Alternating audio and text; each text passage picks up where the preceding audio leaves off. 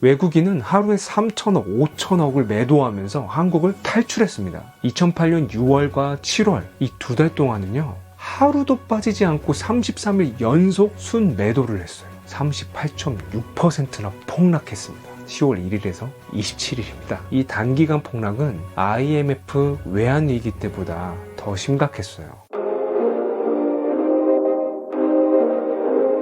살아가면서 계산이 필요한 순간이 있죠. 안녕하세요. 윤정용의 인생 계산기입니다. 지금 밤이라서 조용조용 이야기하겠습니다. 요즘 경제 공부를 하다가 2008년 금융위기에 빗대서 지금 상황을 보는 시선들이 많더라고요. 그래서 2008년 금융위기 때 우리나라는 어땠을까? 책을 보고 또 기사를 찾아보면서 한번 내용을 정리했습니다. 2008년 공포의 10월이라 불렸던 글로벌 금융위기, 한국에서는 무슨 일이 일어났을까? 제가 설명드릴 테니까요. 그 설명을 들으시고 지금의 상황과 비교해서 보시면 많은 인사이트를 줄 거라 생각합니다. 2008년 미국에서 시작된 금융위기는 전 세계로 퍼진 최악의 글로벌 금융위기였습니다. 발단은 서브프라임 모기지였어요. 서브프라임 모기지는 쉽게 말해서 신용등급이 낮은 저소득층 대상으로 주택자금을 빌려주는 미국의 주택담보대출 상품이었습니다. 미국 사람들은 소득이 별로 없어도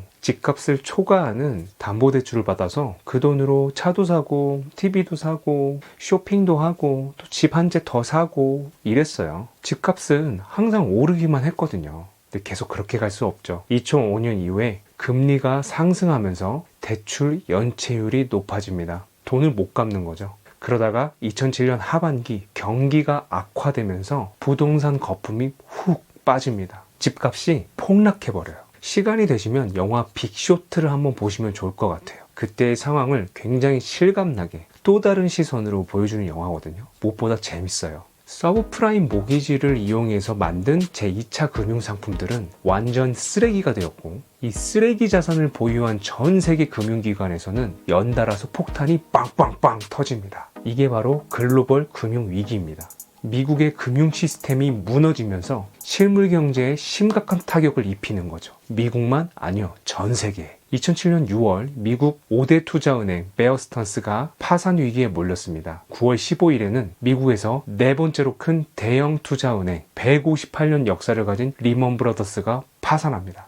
굉장히 큰 사건이죠. 그래서 글로벌 금융 위기를 이야기할 때 리먼 브라더스 사태라는 이야기를 합니다. 미국 최대 증권회사 메릴 린치도 뱅크 오브 아메리카에 인수됐고, 세계 최대 보험사 AIG 그룹과 세계 최대 상업은행 시티은행마저 파산 위기에 몰립니다. 정부의 공적 자금이 들어가면서 겨우 살게 되죠. 미국만의 문제가 아니었죠. 전 세계 경제가 급격하게 나빠지기 시작합니다. 미국의 연방준비제도 이사회 FRB의 의장을 4번이나 역임했던 앨런 그리스펀이 이렇게 말했습니다. 1929년 대공황 이후 가장 큰 금융공황이다. 세계에 한 번 있을 법한 상황이다 라고 말했어요. 그런데 앨런 그리스펀이 지금 코로나 바이러스로 촉발된 팬데믹 위기에 대해서 어떻게 말할까요? 굉장히 궁금해요.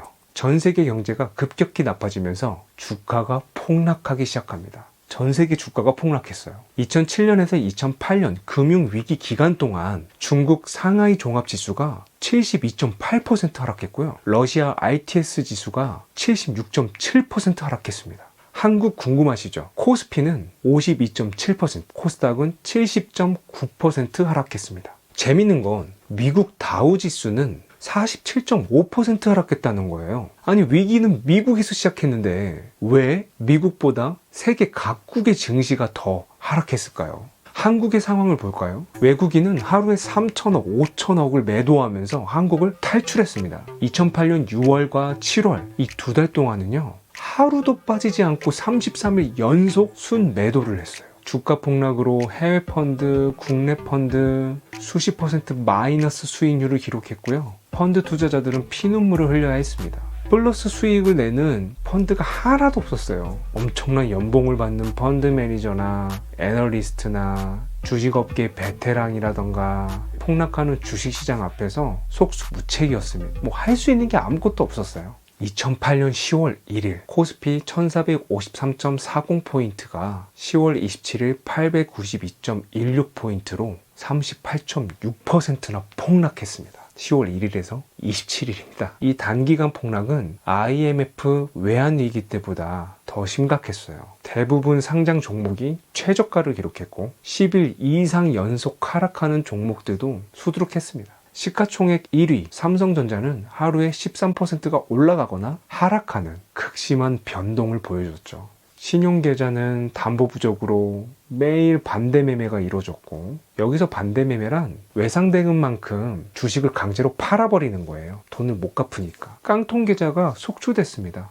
마이너스 주식 계좌를 말합니다. 깡통 계좌는. 뉴스에서는 안 좋은 선택을 한 사람들의 소식이 매일 보도가 되었죠. TV나 뉴스에서는 앞이 보이지 않는 캄캄한 경제 전망을 쏟아냈고 주가 폭락을 주요 뉴스로 다루었습니다. 지수가 1000포인트 아래로 내려앉자 맥쿼리 증권, 모건 스탠리 같은 이런 외국 투자기관에서 한국 주식 위험하다, 비중을 축소해야 한다, 매도 의견을 내놓았습니다. 선물이 급등락할 때 발동되는 사이드카가 10월 한 달 동안 매일 발동되었어요. 지수가 급락할 때 발동되는 서킷 브레이커가 코스피, 코스닥 모두 발동돼서 주식 거래가 전면 중단되기도 했습니다. 10월 한 달 동안에만 코스피, 코스닥 합쳐서 사이드카가 45회나 발동되었으니까 굉장히 심각했죠. 그래서 대한민국에서 가장 인기 있는 차는 사이드카다라는 이런 우스갯소리가 있었습니다. 재미는 없죠. 원달러 환율은 950원에서 한때 장중 1600원까지 올라갔습니다. 그리고 석유 가격이 폭락했죠. 7월에 140달러에서 12월에 30달러대까지 폭락했습니다.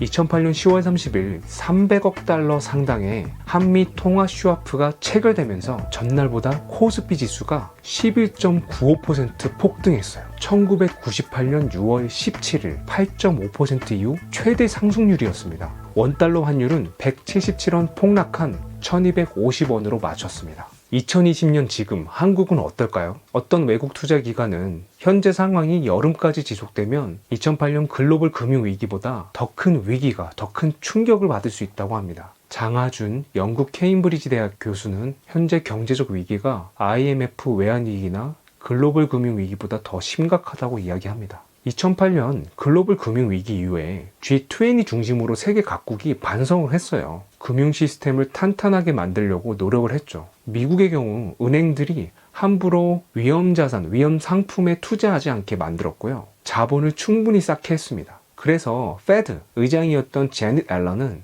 2008년 금융위기 이후에 미국의 금융 시스템은 훨씬 안전하고 건전해졌다고, 또 다른 금융위기가 발생할 가능성은 현저히 적다라고 말했습니다. 2008년 글로벌 금융위기 이후 한국은 꾸준히 무역 흑자를 냈고 외환 보유액이 2020년 1월 기준으로 4,097억 달러에 달합니다. 또 다른 나라에 비교해서 재정 건전성이 튼튼합니다. 문제는 코로나 사태가 전 세계가 처음 겪는 사태라는 거죠. 이게 가장 큰 문제입니다. 2020년 3월 19일 600억 달러 규모로 한미 간의 통화 스와프 체결을 했습니다. 이것이 신호탄이 되어서 3월 20일 코스피는 전날보다 7.44%, 코스닥은 9.20% 상승했습니다. 원달러 환율은 3월 19일 1280원에서 35원 하락한 1245원으로 맞췄습니다. 글로벌 금융위기를 통해 학습했다. 그래서 개인들이 주식 매수를 한다. 그런데 여전히 매도를 멈추지 않는 외국인들, 이걸 어떻게 설명할 수 있을까요? 지금 한국 주식시장은 과연 바닥일까요? 대한민국 주식투자 100년사에서 주가가 바닥임을 알리는 신호들로 8가지를 이야기합니다. 첫 번째, TV, 신문 등에서 연일 어두운 경제 전망을 주요 뉴스로 다룬다. 두 번째, 최악의 경기, 기업 부도설 난무, 수출시장 먹구름, 소비심리 실종, 이렇게 제목을 톱기사로 등장한다. 세 번째, 주가 하락에 관한 기사가 주요 신문 일면에 톱뉴스로 다루어진다. 주가 최대 폭락, 고객 예탁금 바닥, 투자자들 증시 이탈, 심각, 펀드 환매 사태 등 제목이 톱으로 등장한다. 네 번째, 정부가 추락하는 증시를 붙잡기 위해 금리 인하, 증권 투자 세제 지원, 증시의 자금 공급 등 조치를 발표한다. 다섯 번째, 국내외 증권 전문가가 증시를 어둡게 전망하고 추가 하락을 예견한다. 외국 투자기관이 한국의 주가 전망 목표치를 낮추고 한국 증시에서 탈출할 것을 권유한다. 펀드 환매가 일어나고 펀드 매니저가 증시 전망을 비관적으로 보고 주식 보유 비중을 낮춘다. 일곱 번째, 추가 하락에 대한 두려움으로 투매, 싼값에 팔아치우는 거죠. 투매가 일어나고 신용계좌는 담보 부족으로 연일 반대매매, 외상만큼 주식을 강제로 팔아버리는 걸 말합니다. 반대매매가 이어진다. 8번째, 적자가 난 주식계좌인 깡통계좌가 속출한다는 뉴스가 보도된다. 대한민국 주식투자 100년사에 나왔던 주식시장이 바닥임을 알리는 신호 8가지를 설명드렸습니다. 역사가 반복된다고 하지만 우리가 처음 만나는 문제이기 때문에 어떻게 흘러갈지는 예측하기가 너무 어려운 것 같습니다. 과연 어떻게 될까요? 그리고 어떻게 해야 할까요? 2008년 글로벌 금융위기, 한국에서 무슨 일이 일어났는지 여러분에게 설명했습니다. 도움이 되셨나요? 살아가면서 계산이 필요한 순간이 있죠. 여러분의 인생 계산에 도움이 되면 좋겠습니다. 감사합니다. 구독과 좋아요는 이 영상을 꾸준히 만드는 힘을 줍니다. 혼자만 보지 마시고 많은 분들에게 널리 알려주세요.